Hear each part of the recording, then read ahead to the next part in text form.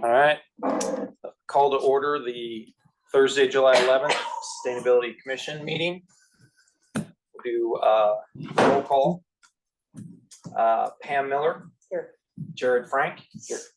David Thielen. Paul Quinn. Here. Nick Garson. Here. And Steve Christensen. Here.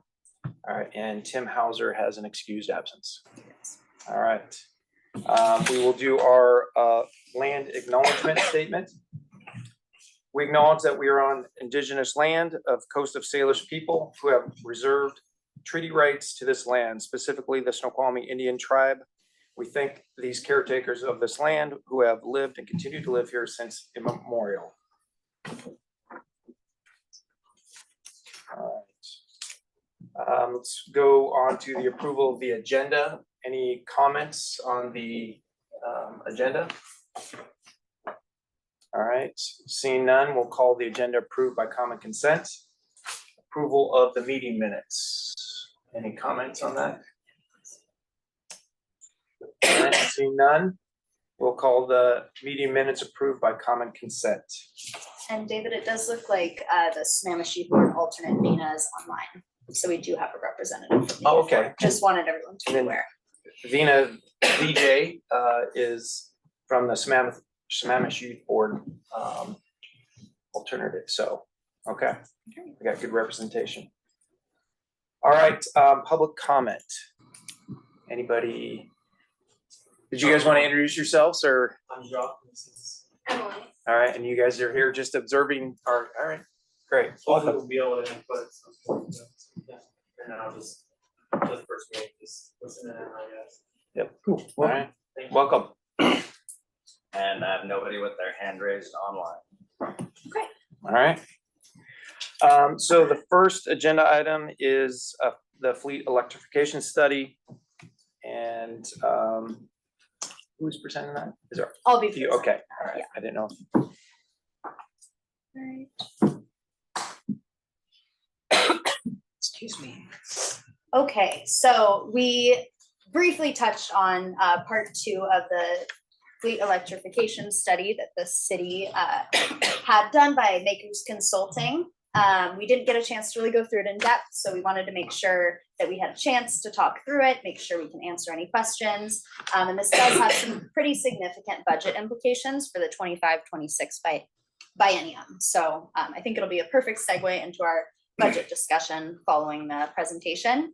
I do want to remind the commission that there was a really comprehensive question and answer that went out to City Council that accompanied this presentation that is provided in the agenda as well. So if you do have time at the end or have had a chance to already look through that, it does answer a lot of the questions that you may have, but of course we're happy to talk through anything that might come up.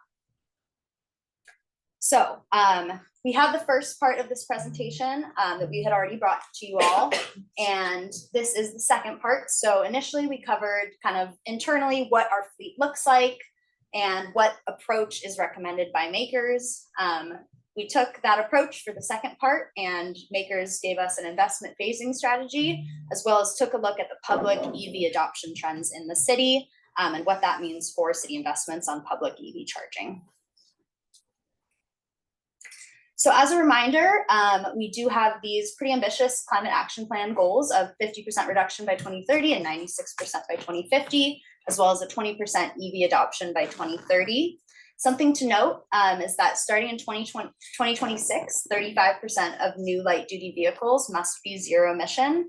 And this is increasing in percentage points per year to 100% of EV light duty vehicle sales by 2035. So you will no longer be able to buy the internal combustion engines starting in 2035. So the system planning that we're doing associated with the fleet electrification study, electrification is coming and we need to prepare for it.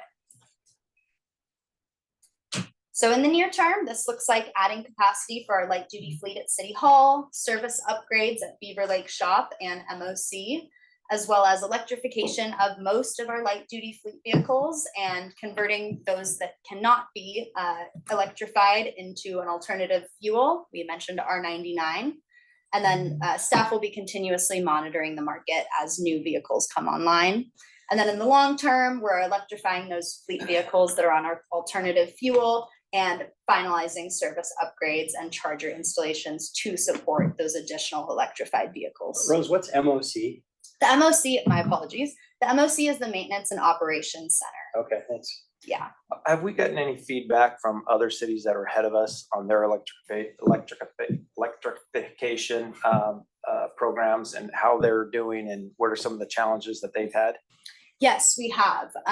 The main challenges we're seeing across the board are procurement delays and also the expense of installation of the chargers and the service upgrades. So a lot of cities are looking at their infrastructure and making sure that their infrastructure can support their fleet at the same time that they're evaluating how many fleet vehicles are eligible for electrification. So the challenges that we're facing as a city with our infrastructure upgrades are common amongst other cities, both in the high cost and the level of electrification that needs to occur to support these vehicles. Is there a city that you would, because a lot of cities have these things out on the web and kind of highlight where they're at, what they're doing. Is there a city in Western Washington that you would, or a couple of them that you would say, hey, if you want to kind of see what we're following as a guideline or what we might look like down the road, there's a couple of that we are modeling ours after. So I don't know, Seattle, Issaquah, Kirkland, I don't know who that is ahead of us. So Seattle does have more electric vehicles than Sammamish, but across the board, what we're seeing is about 5% electrified. So we're right on par with a lot of these cities in terms of the technology that's out and the infrastructure upgrades that need to occur before you can electrify. So some cities may have the funding to buy more electric vehicles, but they're still needing to make those infrastructure upgrades. You don't want to buy a vehicle that you then cannot charge. Yeah. So I would say the main cities that I'm familiar with, Issaquah and Redmond are good examples, but we're relatively on par with other cities. So okay. I know whenever I go look for something, I look at what is the city of Seattle doing, and usually they're throwing a bunch of money at a lot of that stuff. And they do have some pretty interesting technologies. I'm sure you all have heard about the electric fire truck in the city of Kirkland. That was a pretty major investment. I believe that single fire truck cost over $1 million. So there are some interesting cases in other cities, but we're looking specifically at what works for us. Yeah, good. Yeah. Thank you. Yeah, Governor Inslee also, just as a sidebar, just to reference that they're online to get 5 electric state ferries. Yeah. And soon, so, especially since the old ones. Big charging port. Yeah. Right. Really. Wonder how big those batteries are too. And that's a load. Yeah, that technology is very interesting. So as a reminder, this is pulled from the previous presentation that you all had received. This is the estimated cost to fully electrify the fleet without including the utility side upgrades, the future purchase costs for electric vehicles that are electrified through 2030. So replacing those vehicles that are electrified with new electric vehicles. It also does not include the costs for motors with technology that does not yet exist. It also does not include R99 fuel costs. So this is a baseline starting point estimate of how much this is going to cost between now and 2050. This is the least amount it will cost. Yes, precisely. So is this balanced with an offset in vehicle repairs and maintenance? I would assume electric vehicles are cheaper to maintain than combustion engines. It does include the maintenance costs. However, currently the city has an in-house mechanic. So a lot of our vehicle maintenance is being done in-house, but that in-house mechanic does not have the expertise at the moment to perform maintenance on our EVs. So there's a little bit of an unknown there, and it may increase costs because we would have to potentially contract out or take those EVs to a different maintenance facility rather than being able to do it in-house. Okay. So I got a question. You're saying there's maintenance is 18,000 a year. Is that for the entire EV fleet? That's for the fleet, and I believe that's also for any charger maintenance that needs to come up. It's So an estimate. As I recall, in our previous presentation, we were talking about like 50-ish vehicles or so. Total for electrification Well, for light duty vehicles. for light duty vehicles. vehicles. Yeah, maybe it was 55. So it's 18,000 per year to maintain those 55 vehicles? I don't think that's vehicle maintenance. I think that's the maintenance of the infrastructure. And So, not yeah, the so they have the vehicles. infrastructure, chargers, Right. software, maintenance. So I Right, think. so I do not believe vehicle maintenance is a part of this at all. Okay. So, That- and there, you know, there are other issues with the EVs.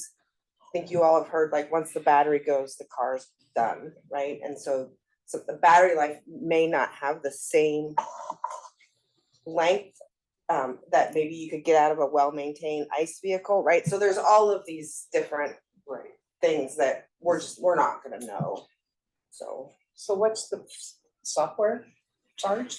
What kind of software? So for level 2 and level 3 chargers, there's power load management software. So you can essentially program the charger to only charge the vehicle during certain times of the day and not just keep it plugged in with power flowing, which helps save the city some money on electricity.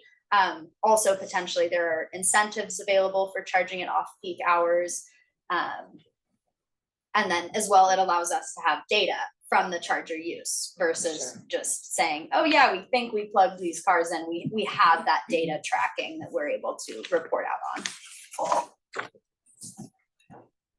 More than just Steve plugging his car in the garage and going back 6 hours later and pulling the plug out. Exactly. So looking at that donut, how are we gonna get there? Yeah. This is how. So that donut has been pulled out into this bar graph. The colors are the same. So you see the light gray and the dark gray of that previous slide are the actual fleet investments. And then the green, brown, and light green are the software charger infrastructure as the key shows by color. So what that looks like is about $5 million by 2030 to meet our targets. That's just under $1 million investment at City Hall, the Maintenance and Operations Center first phase, and the Beaver Lake Shop, and that is the getting ready for electrification. So those investments need to happen in the shorter term so that once we begin procuring additional electric vehicles, we have the infrastructure to support the charging. And then following 2030, that's just under 11 million in investments. So this does assume typical replacement schedules. There are some unknowns with EVs, especially as technology continues to development. And then it also assumes one-time charger and infrastructure costs. So if we were to install a charger and there were problems and it needed to be replaced, it does not include those unknowns. What you can see there is there's kind of two infrastructure investment phases, one that needs to occur before 2030 and one that needs to occur after. And after 2033, you have a little bit more of even. So the city is going to be at about their typical spending levels, with that caveat that there are a lot of unknowns, R99 fuel, vehicle replacements, and the service level upgrades. Do you get, does the city get, when they, how do you get rid of your ICE vehicles? They currently go out to bid. So there's an auction service that our facilities Okay. manager puts them through. And then the same way that we procure through the state, I believe it's an auction through the state as well. You mentioned earlier, maybe I didn't hear all this, something about you can't buy an ICE vehicle past 2030, 2035. 2035. Is do that want just to- for you, the city, or is that for everybody? That's going to be for everybody. Brand new. Brand new. Yeah. So you can still buy secondhand or used Yeah. cars, but new cars on the market in Washington will all be electric. Part of my question earlier about kind of following other cities and kind of seeing what they do and how it all works out. You know, it's great to be on the bleeding edge, but you don't want to be, you know, kind of stubbing your toe out there. And so is there a risk mitigation plan? So if a new governor comes in and kind of rolls back some of these things and saying, hey, we've, you know, or pushes out dates or, you know, some of that, or are we all in as fast as we can electrifying regardless of some of that stuff? So we're balancing that with the city budget and what else needs to occur in the city. And then also the timing of those infrastructure upgrades, it can't all happen all at once. I think we're balancing the need for electrification with exactly those concerns that you mentioned. And And if in the Scott- direction of the city council. Yeah. Right, Yes. if the city council changed and Governor Inslee's thing was gone, then there could be a different, than needed, so. I think once it's baked in, it's gonna be really, really hard to undo. Yeah. I think the initiative this fall, the funding for some of those things might slow things down somewhat, but I think the general goal, I don't think is gonna be undone. I'd be very surprised, but since it's in there now, we have to plan for it. Yep. And we can only adjust if and when it changes, but I don't see that happening. Because we talked about at the last one, companies like Toyota that are actually moving away from all EVs, and they said, we're not making any more full hybrid or full EVs, we're going hybrid. Hybrid's the kind of the future. And when you have a company like that who is very sustainable, thoughtful, and so I wonder where that trend is going, and you don't want to get too far out this way on electrification, and if it's going to come back a little bit and say, what, actually the right answer across the board is something a little different, and we built out this thing fully. Sure, but let's be clear, it's gonna take us a while Yeah. to get anywhere close to building out this thing, Yeah. whatever that looks like fully. Yeah. I think, by the time we get there, we were just talking about this internally about, fleet vehicles and replacement. I mean, we're doing 5 in the next biennium. Okay. Out of our entire fleet. So in terms of fleet replacement cycle, let alone the whole infrastructure piece of it, we are planning for, but by the time we actually get to, we'll be able to adjust in probably before we get too far down the road if something changes in the next few years. Okay. All right. Do you anticipate having any ICE vehicles in the inventory in 2035? 100%. So my concern would be they're going to end up being stranded assets.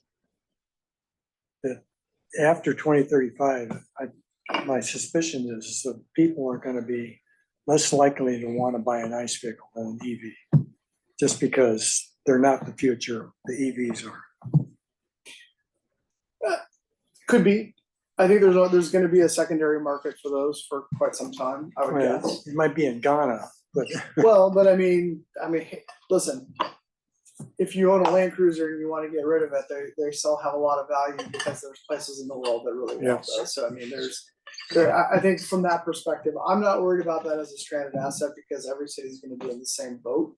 I would say in terms of ICE vehicles in after 2035, I mean, they still haven't come out with a vehicle that's the size of our giant snow plows yet that can run on EV and be functional. So I think that the technology is still not there yet for us to go completely clean, even by 2035. I think it's gonna be really hard.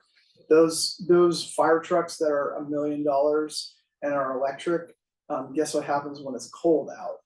Right. They lose their functionality by quite a bit, and the pump motor to pump the water runs on diesel. Yep.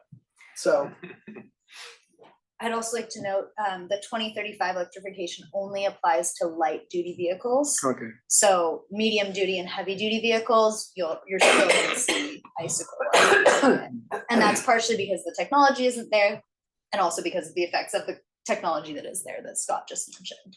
And you can still, so that's brand new cars, but in 2035 and 36, you can still buy used Absolutely. Yes. vehicles. So I think that market is still going to be there. Yeah, and gas stations probably still be in Yeah. existence. And people are still gonna have places to go that an electric vehicle isn't feasible. Wheat farmer in Eastern Washington. Yeah, you have a remote cabin in the middle of nowhere. it's oddly Say. specific. Very specific. I want to make Thank sure you. we have a Yeah. chance to answer any other questions. This is definitely a dense slide, so. Okay, we'll get into this a little bit more when we talk about budget. Giving a visual of what we've tasked the consultant with and what this plan means for the city. So you see that light blue line is the city fleet greenhouse gas emissions.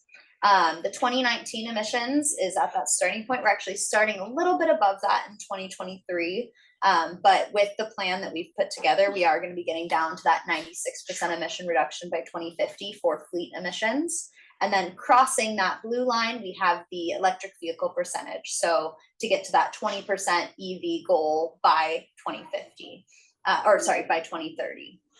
So you see those points of flux there. And this is just a really great visual representation of where we're at and where we're going. Sorry, I always go back to the full lifespan of the electric vehicles that we don't show or talk about, right? So all the greenhouse gas that's emitted, digging up all the chemicals and all those things. So we're showing a snapshot that looks really good for electric vehicles. And we're still gonna go there, but what I would also like to see is that full life cycle, right? There are greenhouse gas emissions on the front end, digging up all the chemicals and all the diesel that goes into all the tractors that are digging up all the chemicals for the batteries. We're talking about, we keep hitting the full life cycle, true picture of the carbon output of an EV. And then what do you do with those batteries at the end of its life cycle? We talked about things, they're also heavier, they're more impactful on the roads and things like that. But more importantly, I think just the full carbon footprint, because that's what we're trying to decrease, is what is the carbon footprint of this compared to this? And if we only look at once it hits the road, and then we're not looking at the full gas footprint either, but I think it's considerable on the front end of an electric vehicle.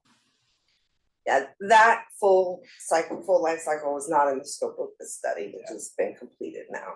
So totally hear what you're saying, but it was definitely outside the scope of what we asked. But again, as we're advising the city council and bringing, because nobody wants to get stuck in where we implement this, and then there's this huge issue on the back end with what are we doing with disposing of those batteries, or how are we procuring these, and are they, we talked about some of the ways that these battery components are being, it's coming out, it's almost like blood diamonds where, slaves, there's slaves and children getting the digging in these mines. And so, like diamonds, it's like, hey, you have to prove that you're not, you're not coming along through the kind of blood diamond trail, that you're getting legitimate front end components for the batteries, or where you're purchasing those from, things like that.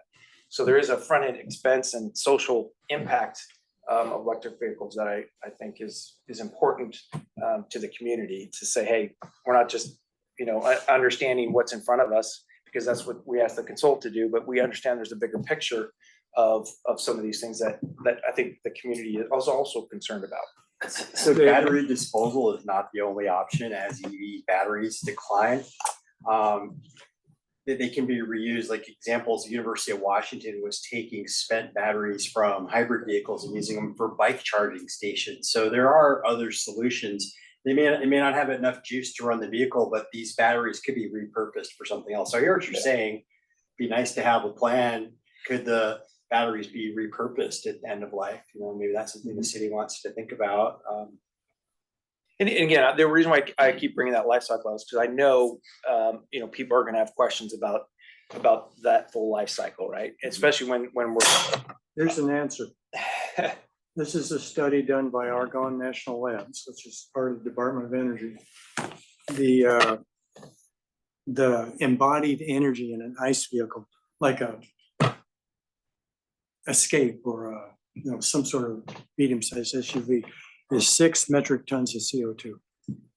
For battery electric vehicles, it ranges from 8 to 9.4. The extra being the extraction of the minerals and producing the battery. That's in building the vehicle? Yeah. So when you're looking at the showroom floor at the Tesla in your whatever gas ICE vehicle, you're looking at a couple of metric tons of CO2 extra. But how does it deal with the use of the vehicles as they're used? Well, this is just the embodied energy. Okay.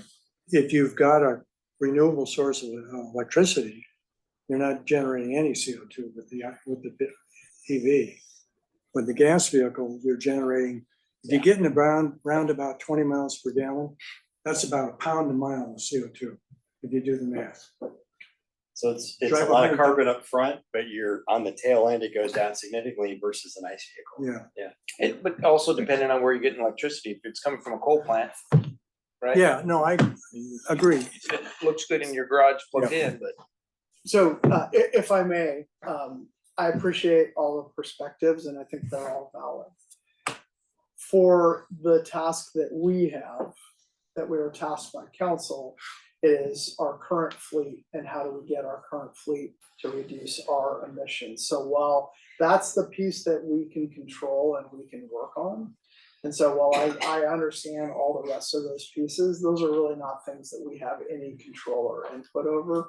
And our task collectively is to how do we get from where we are today for our fleet to be, at least for the light duty, to reduce our emissions from those, recognizing that we can't control the back end or the front end, if you will, about how the vehicles are put together. So, I mean, I get it, I really do, and Sammamish is not gonna, in this regard, is not gonna change the world or anything else. When we get to a point, will they be better about what to do about batteries? I sure hope so. I think we'd like to be able to adjust as we learn more and know more and they get better at it. I think, we're gonna be wanting to be on that front end, but in terms of coming up with a plan about where we're headed, I think we have to stay within that box that we've been given both by the state and by the council. okay, fair enough.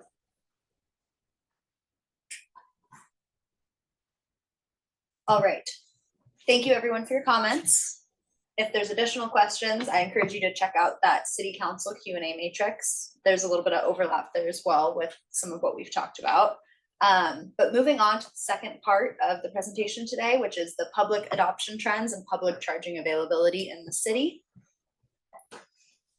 So nationwide, we had just over 1 million EVs sold in the US in 2023, and EVs were about 7.6% of total US sales. So looking at that compared to Washington, we're a little bit lower than the nationwide average of EV sales.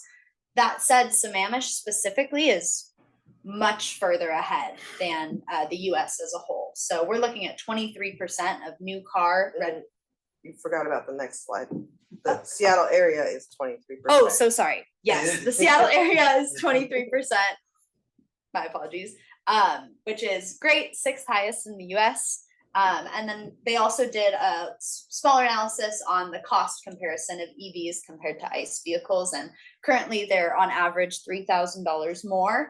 But as technology continues to improve and we move closer to that 2035 goal specifically for light duty vehicles, they anticipate that will be price comparable. So that's great. And then mass market EVs are currently 18% more than the ICE counterpart. But for luxury cars, EVs and ICE vehicles are very close in cost.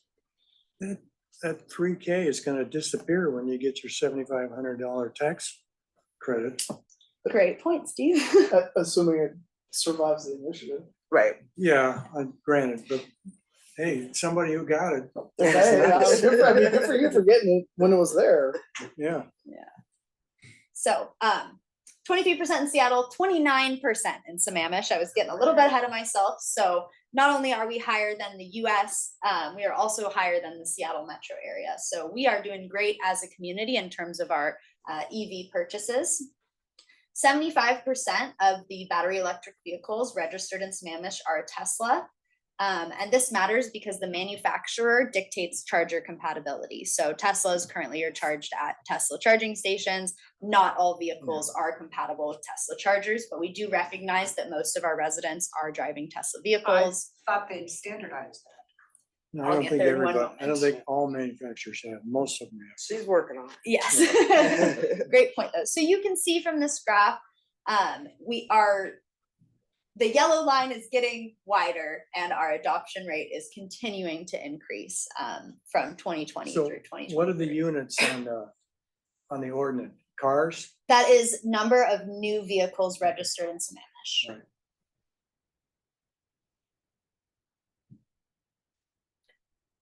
So looking at the charging trends, as Pam mentioned, the Society of Automotive Engineers standardized the North American Charging Standard in 2023. So they actually adopted the Tesla charging system. So in 2025, most major automakers are going to be adopting the NACS connectors, and all cars that are EVs will be compatible with all EV chargers that are available publicly for charging, as well as what you can install in your home.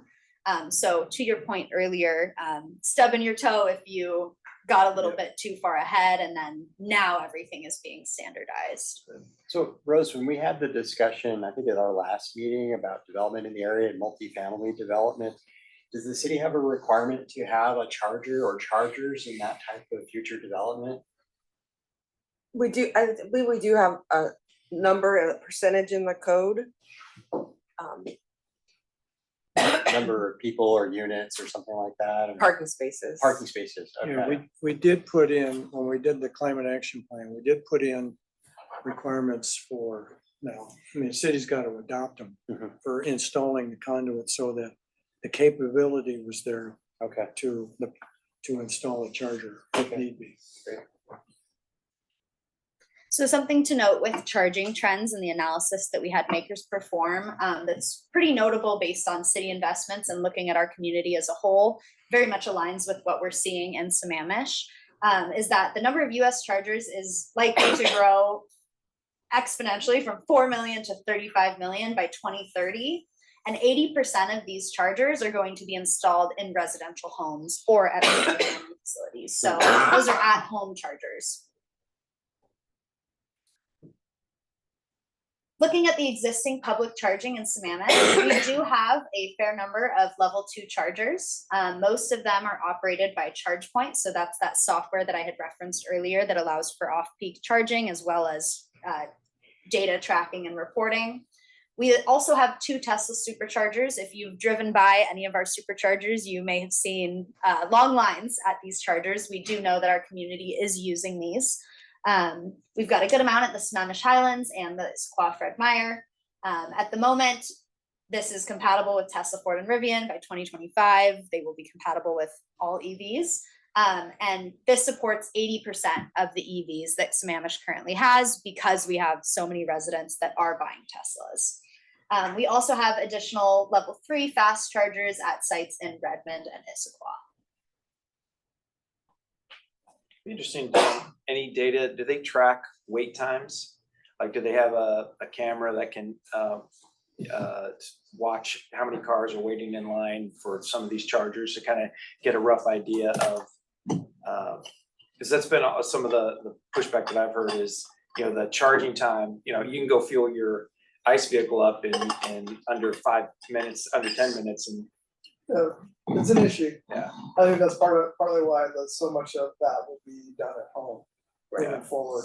The challenge right now is that most people don't have a supercharger at home, and so if they didn't charge it up all night, or their kid went and drove around and didn't charge it up, then they're like, "Oh, I'm going to swing into the supercharger and try to get it filled up."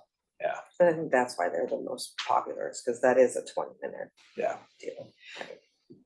Assuming we can get Get there, Yeah. right, exactly. So all of this background research indicates that there is adequate access to home charging in Sammamish. Our residents do have, on average, a higher median household income, higher home ownership rate, and higher luxury EV ownership compared to other jurisdictions and compared to Washington as a whole. And what we've seen is use of the Tesla supercharger, and it is supporting 80% of our residents, and then supplemented by those widespread level 2 chargers, and then the additional level 3 chargers in Issaquah and Redmond. What we did do is take a look at the data from our city hall chargers that are right out front, as well as the chargers that are at the YMCA. And we've been seeing a relatively low utilization rate. So this implies that there is sufficient charging at the supercharger sites that exist, as well as with the robust home charging that we see our residents doing.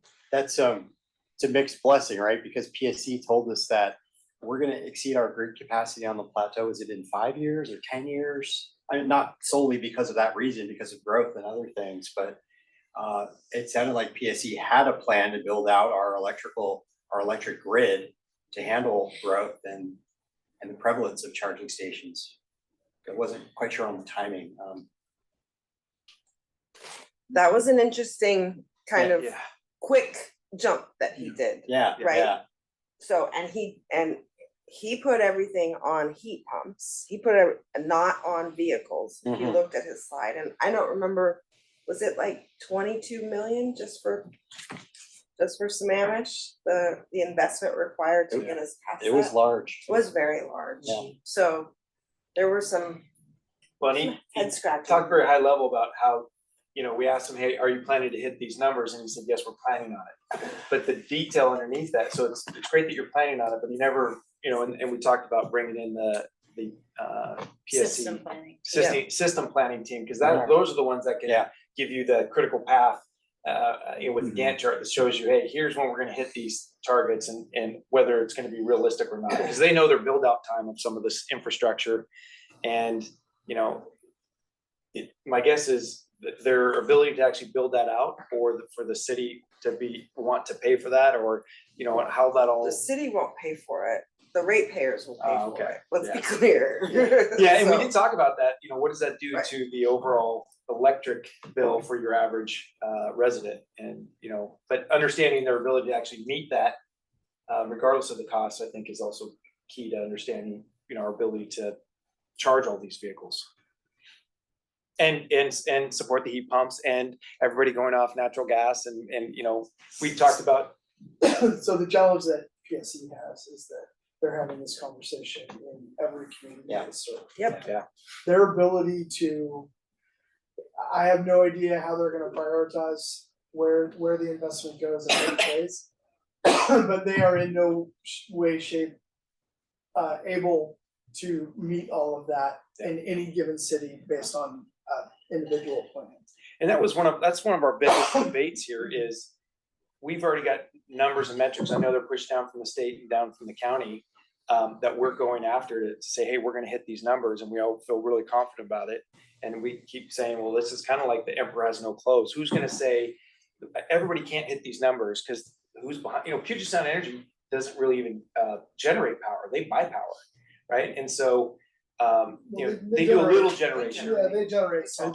But most of it is purchased, right? And so Sure. how do they have the ability, and do those other generators have the ability to actually get that You're up? asking the big questions. They're competing with data centers and other sources that need more power too, right? So, yeah. I think this is the ultimate problem, is that it's not just Sammamish, it's not just your neighborhood, it's not just City Hall. This is nationwide, Yeah. and this is really about how do they, and this is why federal dollars are flowing into getting resiliency. You're seeing other places that are having brownouts and stuff like that in weird times, because suddenly the heavy charge times are now in the times where it used to be very low power. Now overnight it's heavy charge, because especially in the summertime, heat pumps are kicking on with AC and they're charging electric vehicles in the times overnight when generally there wasn't a lot. So during the day, when you would normally see higher use, it's now just as high at night and in the morning. So now they can't regulate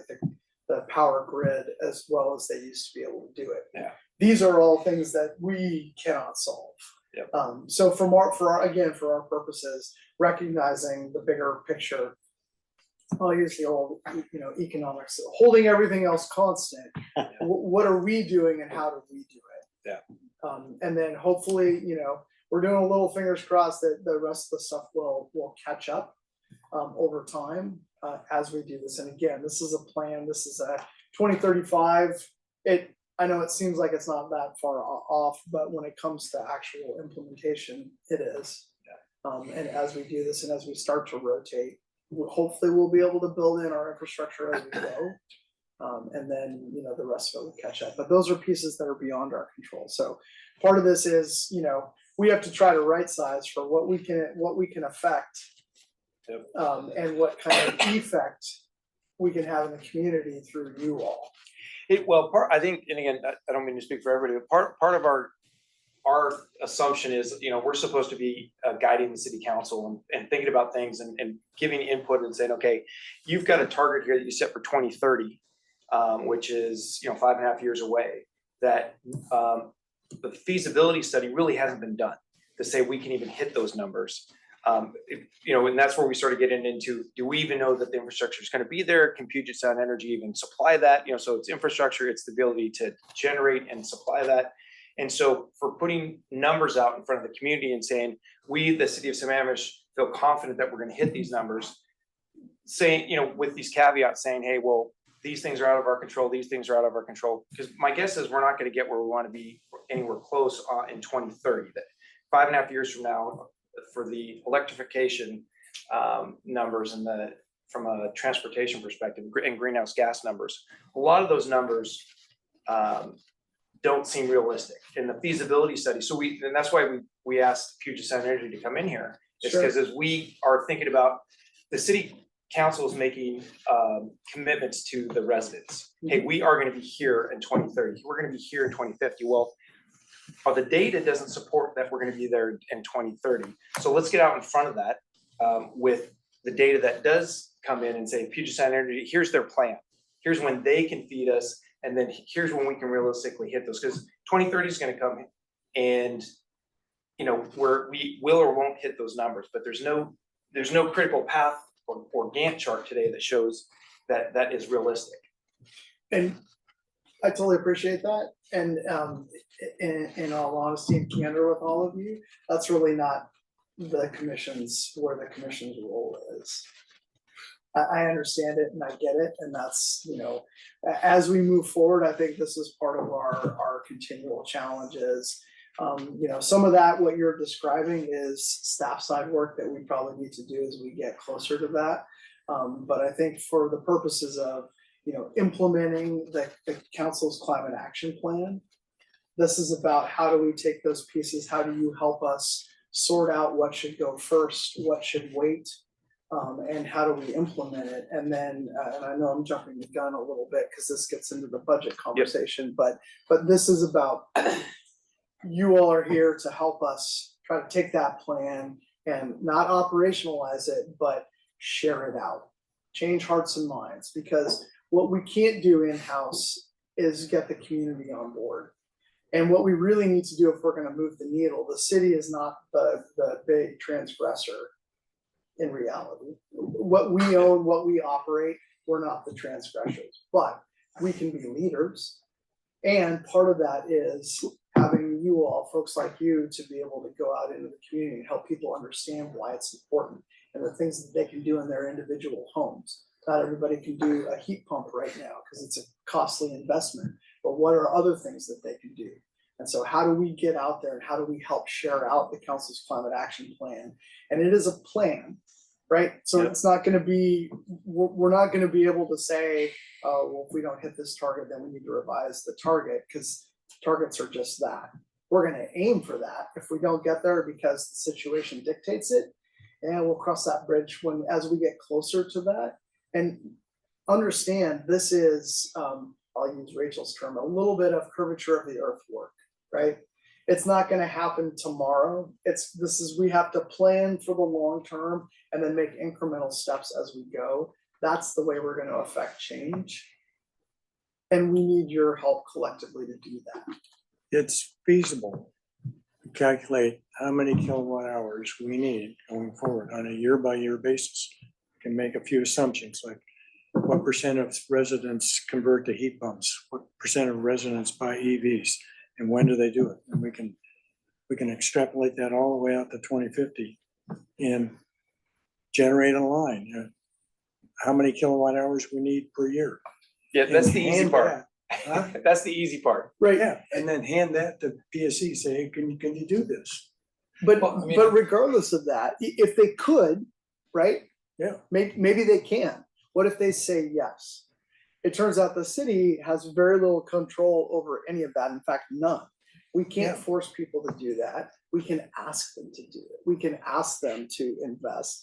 And you all, as commission members, are the keys to that. Everybody in the city is going to buy a furnace to heat their house between now and 2050. 100%, right? Right. So then how do we help them understand the value of a slightly bigger investment over time, right? Cause I mean, whether you look at solar panels or heat pumps or whatever it is, you have to be willing to take the long run at it to get your sort of, even if you're doing it on straight economics, to get your return on your investment, right? Does it, Your ROI is, it's gonna be a longer term thing. but does it make sense? I know PSD is a publicly traded company. And we're just a city of what, 67,000 people. Does it make sense to try and do some of these sorts of calculations and try and become, some sort of a ad hoc partner with them? It seems to me that feedback from organizations like this in this city, Issaquah, Redmond, and Woodinville, getting back to Puget Sound Energy might be helpful to them in their long-range planning. I guarantee you that they are aware. They know what our plans are. We've shared everything with them. They know what our goals are. And again, I cannot stress this enough. They have the same issue in every community they serve. They serve all the way up to the Canadian border, and they go all the way down into Southwest Washington, and they go east. They have got a huge service area. And when they're doing this kind of planning, they're not planning just for Sammamish. They're planning for the whole grid, because they're trying to figure out, to your point, where are they getting their power from? And then what kind of infrastructure upgrades do they have to do? They have some mainline investment they have to do even before they start doing the more sub-level investment. But so they've got a bunch of hoops to go through. Again, I get it, and I understand you all have passion and knowledge and expertise on this stuff. Amazing and wonderful, and that's why the council asked you to be part of this commission. However, those things that are beyond our control, we can chat about them, and that's great. But when it comes to changing the course, I think we have to look at what the plan, the climate action plan says, and then my task from council is to implement the plan. I will tell you, we need some help about figuring out how do we do that? And part of that plan is changing hearts and minds.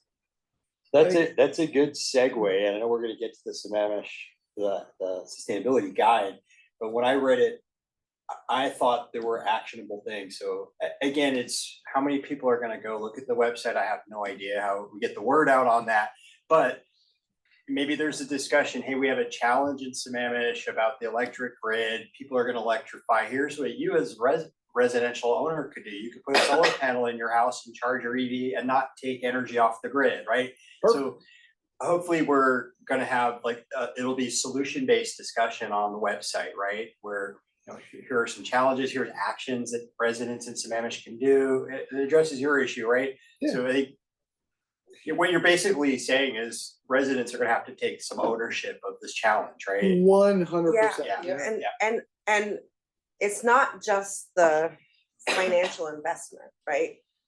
When PSC talks about needing to upgrade the grid, we're talking about new high capacity lines going through a community that nobody wants. Nobody wants, right? So how do we, right, try to build support for something like that when it happens, right? Major battery facilities are going, from what we know today, right, are going to be critical in communities. Nobody wants a major battery facility in there, right? So the scale of changing hearts and minds is pretty significant, right? It's not just we want you to buy an EV or put in a heat pump. It is, we need to change behavior. That's hard. And so we're gonna get you all Tyvek suits with QR codes on the back and ask you to wear them around. That way we'll drive people to the website. I threatened that with council too, and they're also not loud about that. But I think the more that people see officials, whether they are appointed or elected from the city, espousing this kind of thing, that's where we can lead the community. And again, so how do we mix from the staff side financial investment in trying to implement components of the plan with going out in the community and sharing out where we're trying to go and why and what makes sense and how can you do your part. And to Rachel's point, what is now considered an essential public facility, which means that you can't zone it out, is gonna change. Right now, it involves things like garbage dumps and jails and halfway houses and things like that. It's gonna change to things like battery facilities, because they're gonna find that they can't build them where they need to build them with the grid, because nobody wants it in their community. So it's gonna wind up being forced onto communities. So we have to recognize that the world is gonna change. How do we help people not only acknowledge, but change with it and accept and embrace it? That's a tall order. This is really, again, I'm gonna quote Rachel, curvature of the earth stuff. It's gonna be, but this is the stuff we gotta do for, I mean, my kids are, you know, college age. They're gonna come out, they're not happy with, you know, me, quite frankly, because they're like, we're inheriting this crap show you call, you know, that it's hot as all blazes out. I saw Las Vegas just hit record temperatures in time immemorial since they've been keeping it. So we know things are changing, and they're changing fast. So how do we help? Sucks to be a resident of Houston right now. That, there you go. So how do we, in our little corner of the world, and it is a beautiful, lovely corner of the world, how do we help invest in our community to help keep it that way? I know that's a little sort of I'm tugging on the heartstrings a little bit, but I'm doing it by design, because really that's where we need your collective help to help people understand that if we don't start changing things now, it's going to be dire for our kids, grandkids, whatever, you know, whatever is going on in your life, that if they want to be here, we got to do something different. And so we have to try to adjust as we go. So on the city side, we really need your help taking the climate action plan, figuring out what makes sense to go first, where can we get our biggest gains, where can we start making inroads, and then taking that notion, going out in the community and trying to help people understand this is what is going to happen, why, and we need your help with it. So changing hearts and minds, it's a common comment in this session. And I'm just wondering for anybody viewing, so there's 7 of us and there's 67,000 residents. When you say change hearts and minds, and that we're charged with that, can you elaborate? Sure. I Help us give you an change. example we talked about at a prior meeting, like the connection to a lot of the plateau residents is through homeowners associations, right? So if this group can help develop some messaging or talking points around that, perhaps the city can connect with HOAs. And here are some of the challenges. Here's how you can help. Here's how you can get involved. I mean, that was one. I'll take that and do you one better. How about I flip that around and say, if we can get HOAs that are interested in having somebody come talk about it, that you all could possibly go out and have that conversation with them, because quite frankly, it means more coming from you than it does from us. I think David said there are 728 HOAs. Yeah, it's a lot. There are a lot. Yeah. And you know, quite frankly, we would love to get in HOAs, because they do have some control. A lot of them have CCRs that dictate what happens. They could implement some of the stuff that the city does not have control over. I want to be really clear about that. And this is the part about changing hearts and minds. What I'm really saying is we don't have control over that. We are working on the things that we control. That's why we're talking about fleet. That's why we're talking about dollar investment in our city infrastructure, if you will. Those are the things that we can control. What we can't control is what goes on in HOAs, what goes on in individual homes, is the buying choices that people make with their dollars in this community, where our median income is $230,000. Not our mean, our median. So that tells me that disposable income is readily available. The question is, where do you put your disposable income? And I just want to add, that is what we've been working on, right? So the sustainable Sammamish guide, that is the point of a sustainable Sammamish guide, right? Is to provide the resources to help change hearts and minds. That is the point of all of the events that Rose is, you know, asked to sign up for and be a part of and that sort of things is to be out there talking to neighbors, because you are the validators here in this. The city employees are not, right? So that's what So- we've been trying to I do. appreciate that, Rich. I'm the ancient one in the room. How do you, what are some of the 21st century methods for, you know, in the social media for communicating with these, with the majority of our residents pay attention to? It seems to me we gotta pick as many ways to, you know, to get the message out as we can. Tim and I don't remember who else dug in the data on the city's social media sites, and I'm sorry, I don't. Paul, Tim and Paul. Oh, okay, and I don't remember the info off the top of my head. It was just requested info. So it was all the different types of ways that communication. I'm guessing, We the never city got it. doesn't use TikTok because of concerns, Chinese owned company. Whether that's valid or not is beside the point. You know, it's gonna be somebody who does this a lot, it's gonna be Facebook. I don't. So the communication shop is in my shop. Yeah, So yeah, I'm just saying, Right. no, just knowing kind it's of. Facebook and Instagram is Yeah, what we use. Instagram. But I don't know how many of you follow the city's Facebook I and do. Instagram? I do, and I'll, So you know, there's I'll be two. honest, you know, really candidly, it's kind of like, it's more like, come celebrate the 25th anniversary of the city, and on Twitter, and I guess, I don't know if we're on Threads, I don't remember. It's like, oh, we're having a traffic diversion, and it's not, again, it's somebody who's done this a lot of the last decade. I think that we could, if we're gonna use that as a channel, we need to develop a cadence, a strategy and a cadence, but know that the city communications manager, not us, is the one that's making that post. And that he or she has a lot of other conflicting things to communicate about. But if we're gonna do those channels, then again, it's like any other campaign. There's gotta be a strategy, there's gotta be consistent messaging and the timing. And what is the call to action? So, I completely 100% agree with you on that, but I also want, if 2 out of 7 of you are following the city's channels, right? Give it Then- up. Oh, that's you making all that, right? No, it's this. Oh, It's oh. my son trying to call me. Okay.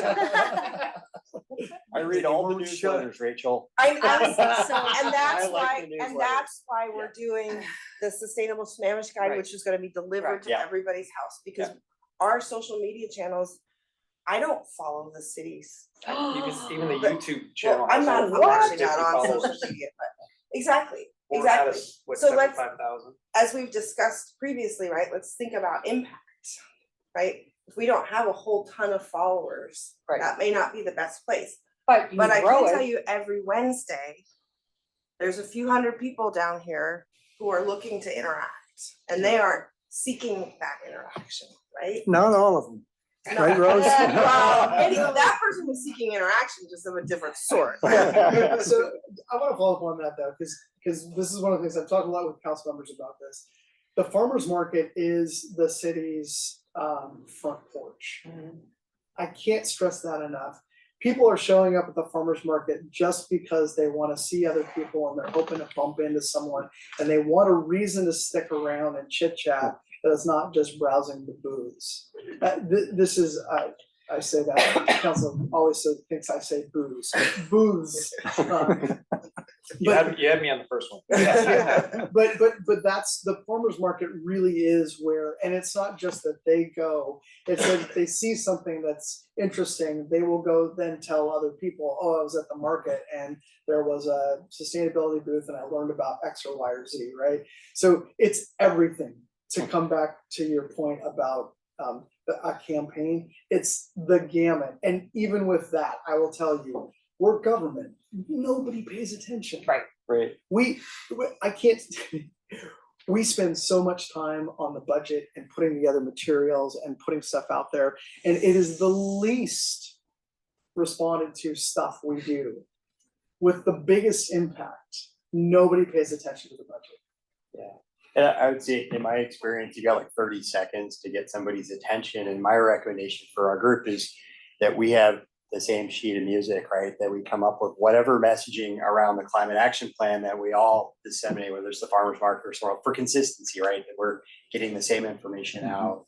Right, and the point about what's the call to action, I think that's gonna change over time depending on what we're working on. So again, sorry to come back to this, but you all help us figure out where we, how do we prioritize? And once we figure that out, then it's the call to action for this or this or this as we're working through that.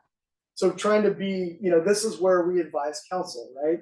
The commission has gone through and looked at the climate action plan and says, hey, we think we should be focused on these things right now. And we're gonna pull together the call to action, and then we're gonna go out, and if you can do your part, council, with whether it's funding or staff prioritization, then our end of it is to go out and do the call to action and get people engaged and involved. So And here's- rinse and repeat. I think I know the answer to this question. What if we were to set up, say, a Facebook page where it was just all about sustainability? It's on behalf of the city, but essentially I'm getting the look. I appreciate the idea. Yeah, I am only one staff person. I know. And so I think it does ultimately go back to impact. As a commission, do we think that would be the biggest impact? And I'd love to hear, I'm hoping to have some time at the end when we talk about the sustainable Sammamish guide, Right. to brainstorm and talk with you all. Okay, we're putting together this great guide. We're gonna be mailing it out to every single city. We're gonna be promoting it on socials. What else can we do that is going to not only get that guide out there and get people to read it, but also convince them to do the actions in the guide? Let me So, think about that a little bit and how we might drive engagement. a yeah, little more. so I think that's a great idea, but I think ultimately we do need to, as a commission, you all Yeah. need to decide where is that impact, Right. so. So I'm Well, looking at these guys over here and I bet they don't use Facebook. I'm sure they're using. Do you? Yeah, so you could use like Facebook, there's Spanish gardeners, there's a Yeah. lot of Yeah, Spanish Facebook groups. Yeah, that post But it. again, because of the rules, it have to be like a sanctioned thing. And if I'm spending my time doing that, then I can't spend my time on other initiatives. Understood. What are you gonna say, Steve? Diving a little deeper into what Scott I'm said shocked about to use Facebook. the farmer's market. Last summer, when we were doing the climate action plan, I sat in a booth out here with David Pyle.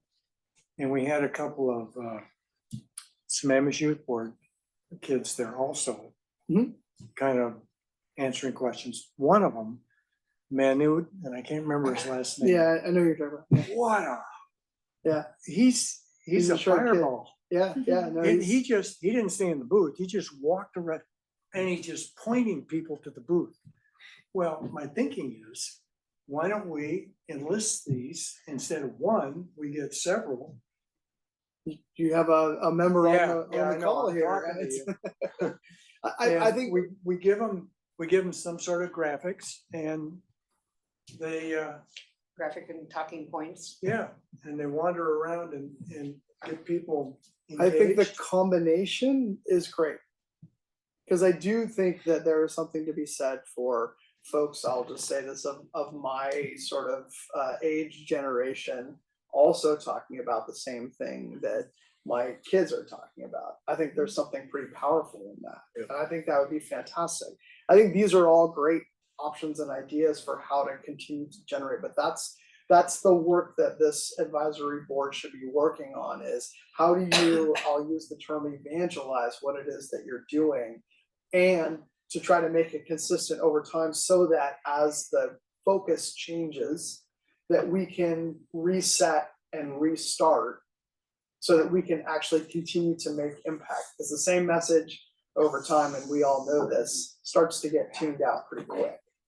So being thoughtful and strategic about that has bigger impact than just continual, drop messaging. And I think this is a good segue into the next agenda item, because really what we're proposing as part of the budget is focus on electrification, right? What we can do in the city, right? And that's the EV stuff that you just looked at, right? As well as the energized east side stuff. And then how you fit into that is a part of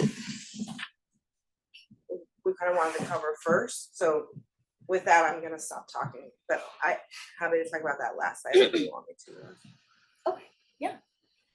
So we're moving on to the budget discussion, and before we get into kind of what the city internally is focusing on, we just wanted to have a discussion as a commission about what we're looking to you all for 2025 and 2026. So there's 5 kind of main points here, and some of them have some sub points that I'll talk about, but as we've just been mentioning robustly, events and outreach to change hearts and minds, to, as Scott said, for lack of a better term, evangelize the climate action plan goals and the climate action plan actions, and the reality that the residential sector is the majority of our emissions here in Sammamish. So continuing to attend events, continuing to talk strategy with outreach and, have these discussions. And then, of course, as we've talked about, reviewing and providing comment on sustainability related projects and programs. So that looks like, this is fleet electrification study that we did. That looked like your recommendation to council to join the East Side Climate Partnership following a presentation. That looks like your review of the Sustainable Sammamish Guide and the comprehensive plan. And then eventually moving into the next biennium, potentially right-sizing the urban forest management plan, looking at tree regulations when the Department of Community Development has a chance to get on that in 2025. Don't forget water conservation. Or 26. Or given what we 26. know. Water conservation. So that's taking each of those climate action plan categories, whether that's transportation, waste, water, buildings and energy being our biggest emissions profile. And letting us know as staff, how we're doing, where we can improve, and providing feedback, because we don't want it, as we've said, to just be coming from staff. You are members of the community and you speak on behalf of the community and you provide us feedback. And so we want to take that into account with the city work plan that we've got set by council and the city manager. One of those such programs that we're really excited about, which launched in Sammamish on July 1st, is Energy Smart East Side. So this is a heat pump incentive and education program in partnership. It's one of those sub projects from the East Side Climate Partnership. I partner with Redmond, Issaquah, Mercer Island, Bellevue, and Kirkland, and now Sammamish, to provide rebates to residents, middle and low income, as well as connect them with rebates that are available to residents of all incomes, and provide information and contacts for contractors and heat pump maintenance, everything involving heat pumps and how to energize your home and increase your energy efficiency through heat pumps. So that's a program that we've got launching July 1st. There are some social media pushes. The newsletter that you'll see coming in August has a big plug for that program as well. And that's where we're going to be focusing a good amount of budget dollars as well. This is a really great program, and it absolutely targets that largest emission in Sammamish, which is the residential natural gas. So from moving from natural gas to electric heat pumps, that moves the needle in Sammamish. And this is where you all can be the evangelizers, right? Is on the Energy Smart East side. And those are real dollars too. Yeah, Those are not inconsequential dollars. you'll see on the next slide. In addition, you have reviewed, and thank you very much, all of you, for your reviews on the Sustainable Sammamish Guide. We're getting that out to design tomorrow, and we're going to be having copies of that guide available at the Sammamish Farmers Market on August 7th, so the Sustainable Sammamish Market, and then we're aiming to have that mailed out in September, kind of to align with the start of school. We'll talk about that more when we get to that agenda item, but as technology continues to develop and as we learn more about full life cycle, as we learn more about different strategies and different technology that's coming online, that Sustainable Sammamish Guide can be continuously updated with new ideas or new resources for residents. And we're looking to you in your lives every day. If you see resources or have ideas or feedback that should be implemented into that Sustainable Sammamish Guide, we'd love to know. And then something else that we've been talking about both today and as staff is starting a commission outreach pilot program. And Rachel, if you wanted to share a little bit more. Yeah, so I mean, there are many different ways that this could be done, and we'll talk about this as we get closer to the end of the year, right? regardless of what the mechanism is, if it's social, if it's whatever, it's just a strategic campaign, right? So one idea, and I don't remember, when we did our coffees, we had this conversation with one, but forgive me. So one of this will be repetitive, but let's say the average life cycle of a gas heater is 20 years. We're just gonna make About right. that up for now, but it seems about right? So what if we found a development in Sammamish that was built 20 years ago, right? So we think, or built 18 years ago, right? So we think that they're getting to the end of the useful life of their gas heaters, right? A strategic campaign that includes mailings, right? Information, old-fashioned knocking on doors, walking through neighborhoods, right? Just making sure that folks understand not only what that impact would be if they made that choice, right? But you've got all the energy smart east side stuff that you could take with you and if you did that versus us doing that, I promise you there would be a significant more impact, right? For us, it would be, this was to your point that we talked about, right? We're trying to force you to do something, right? For a neighbor to neighbor, it doesn't matter if you don't live in that development or not, you live in Sammamish, right? Neighbor to neighbor, it's a much more powerful message. So that's what we're suggesting, that we come up with something along those. So we're basically canvassing for heat pumps. Exactly, that's exactly right. Vote heat pump. I'm gonna get you a t-shirt, see? And a button. Okay. But that could be something that we could do, could be measurable, right? To Yeah. determine within 5 years, what was the adoption rate, right? And really, I think potentially have some impact because we have a reasonable assumption that they are gonna have to make a change in the next few years. So let's have them make a better change, right? I guess, I have to think about Charlie. For me, I don't know if I'd be comfortable going door to door, but I might be okay showing up at an HOA meeting and giving a presentation. There you go. Yeah. Agree. Yeah, I think that, that there's an element where we can definitely sort of systematize like pro-environmental behavioral interventions, in various ways. Like I can imagine us coming up with like various personas, for various aspects of Sammamish, and then being able to, like, there's lots of data that shows, various things that require a certain level of, contemplation really impact how people view their pro-environmental behaviors. Like even just writing letters to like future residents or like your future children, that's been shown to like really improve people's perception of their power in terms of what they can do for the environment.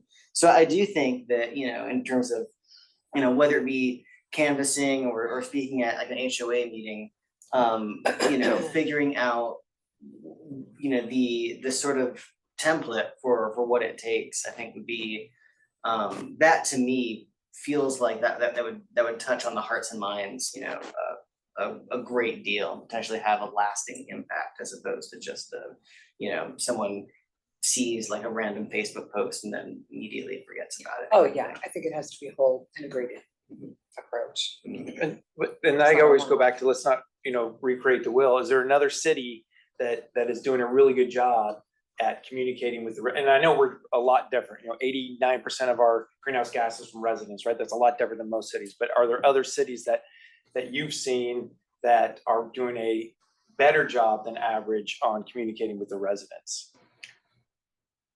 I can speak to Energy Smart East Side specifically. I know with other cities, what we've seen successful is partnerships with other organizations. And currently there's been a pretty high focus on medium and lower income folks, which we have fewer of here. So I think we almost, to kind of put that back on you, we are a very unique community in our makeup. And so we'd be looking to you all what you see working here, because we don't necessarily have the same commercial centers to go, or resource fairs or transit centers. We don't really have those areas where a lot of these cities are going and are able to interact with residents and have really successful outreach campaigns just because of our geography and our demographics. Yep. So it's a little bit hard to compare apples to oranges in that sense. Yeah. And I would just say, because we don't have really a business community, most of those cities are focusing their efforts on the business community because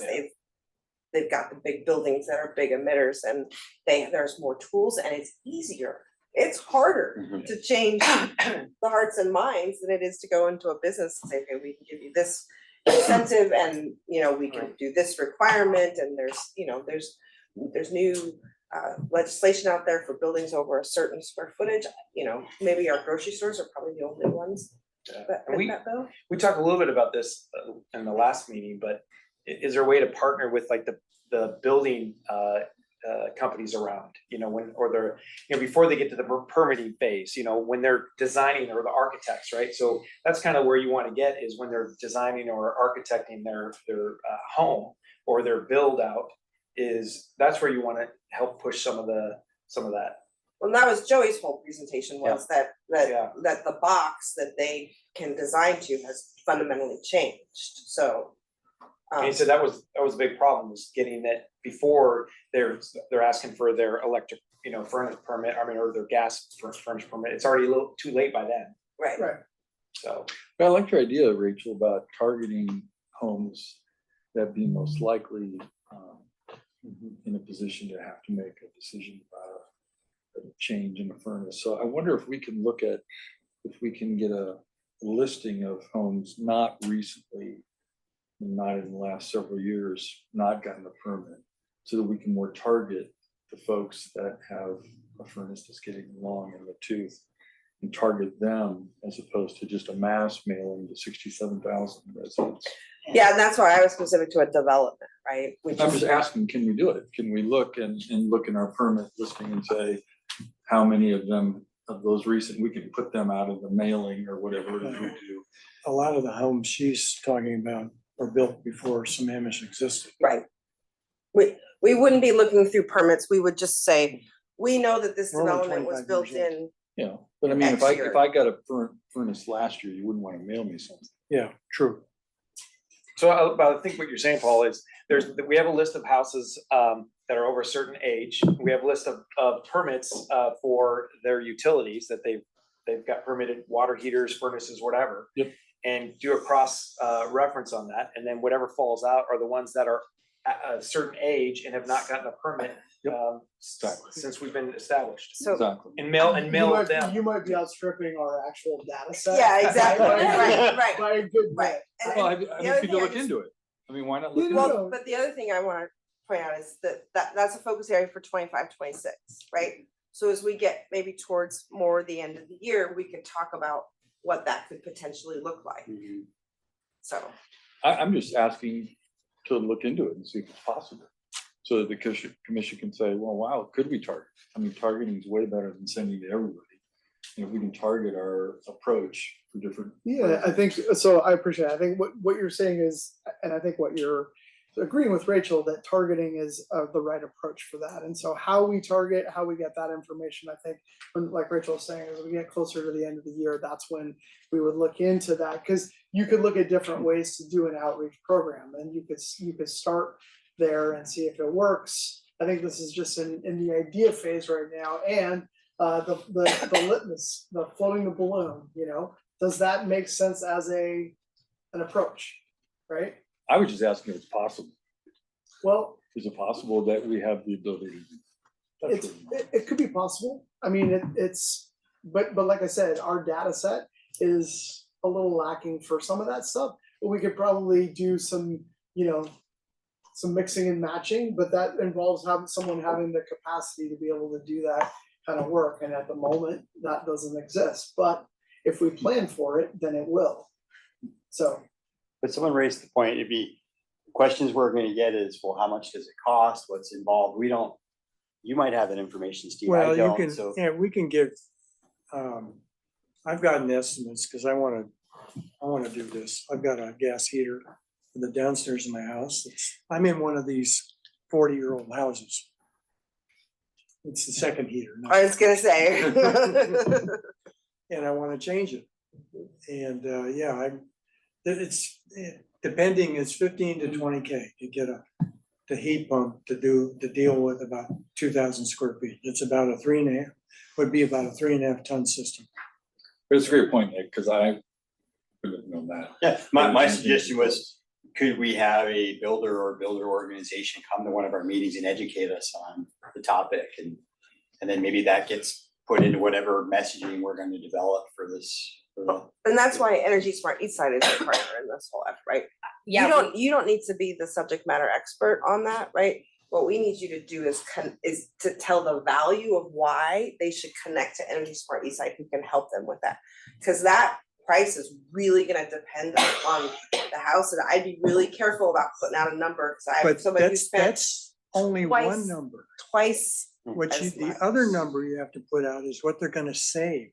Mhm. Right, but my point though is I know somebody who spent $38,000 on installing a heat pump, so I I'd be also real. know somebody who spent over 50,000 and works here. Yeah. So. Yeah, so I mean, there's no one right answer, and I think that it's more about connecting in those that can say, okay, what kind of house do you have, what do what is this? Because it just depends, every house is different. Yeah, I mean, my point, and Pam's communications expert, this whole thing could derail if we get inconsistent and Yep. conflicting information out, right? Yep. So, yeah. Yep. Because you have to, your target primarily is going to be people that have forced air gas furnaces. If they've got some other heating system that doesn't have ducting, That's the cost. that changes the equation. And some people would not even know the answer to that off the top of their head. Oh, So yeah, as Rachel said, there are a lot of these resources that exist, and so we're trying, as a commission, Connect the dots. connect the dots, Yeah. exactly. And the same thing with the Sustainable Sammamish Guide. I don't expect all of you to know all of the different actions and be able to discuss all the nitty gritty What of if each all the one, information but was on the SSG and we talk to people and say, go to the That's guide exactly- for information, right? Exactly. Yeah. I'm gonna look into a couple of technology platforms, like mobile apps. When a friend of a friend referred me to called getgreen.eco. Does your organization want to take action on climate change? Cities need residents to take action. so Pam, that that's kind of very thing. similar to the Sammamish Climate Challenge that we have. Yeah. Which is actually now nested under the East Side Climate Challenge in partnership with the other East Side Climate Partnership cities. So- Right, no, I'm just talking about as a communication mechanism, Oh, as a communication, okay. but I don't wanna do it. Goodness. At some point, I'd be really interested in seeing like an example of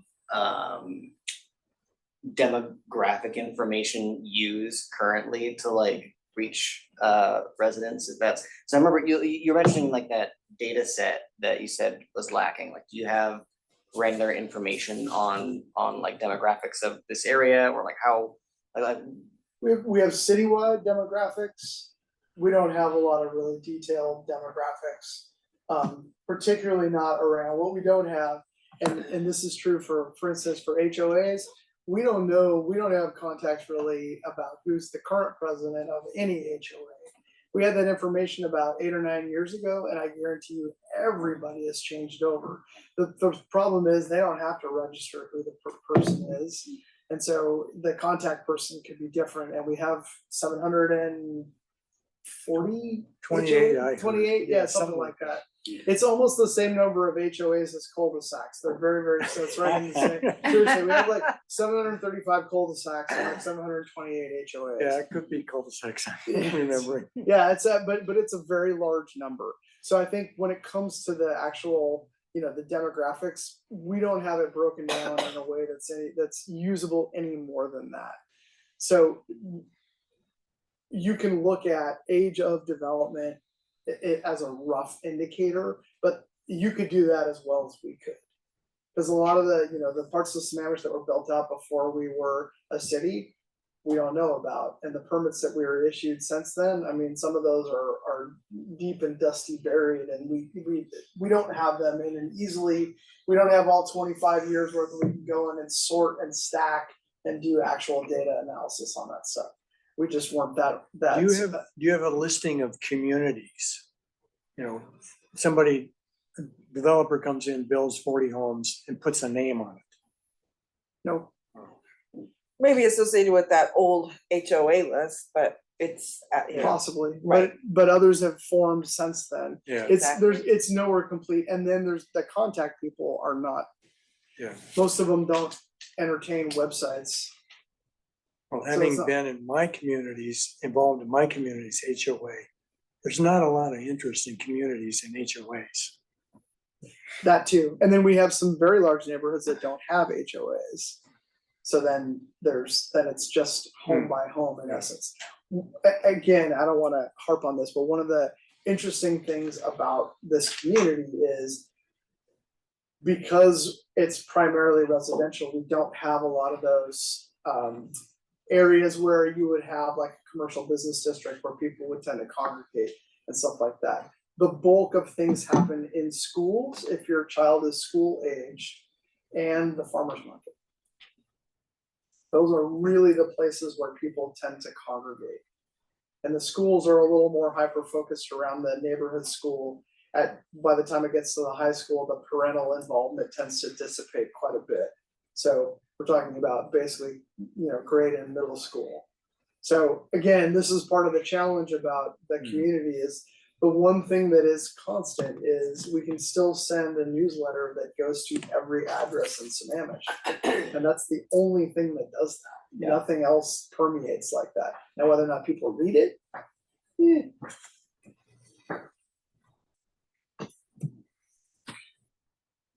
Thanks all for your comments. Moving on to part 2. So looking at the budget for 25-26, we have kind of 2 buckets here. The internal focus, so what the city is doing in-house, and then what we are doing as part of the Energy Smart East Side program, focusing on that residential electrification to cut down on those natural gas emissions that are coming from the residential sector. So Sorry, Rose, can you clarify, is this Sustainability Commission budget focus areas? this is the sustainability program budget focus right, area. the Sustainability Commission does not have budget. This is everything in your budget that has sustainability. This is what's being proposed too, I wanna be clear, but yeah, so Rose is to manage like all of the stuff on the other that doesn't have a star on it, but there are other things that we do have that are sustainability related. Our goal for this 25-26 budget is to have an indicator on things that may not be in the sustainability budget, but are still sustainability focused, if that makes sense. So the budget asks that we as a city manager office subset of sustainability coming from the city manager's office is 1.4 million for fleet and up to 720,000 for home and residential electrification through that Energy Smart East Side program. Some of those do fall under my budget, except for the ones with that asterisk, and we'll be coming back and hoping for October, once the budget process has shaken out and we kind of know where things are.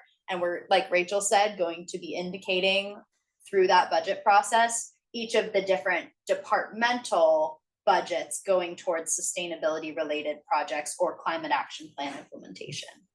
So would you say that, what's the discretionary amount that the commission can weigh in on for the budget for 2025 and 26?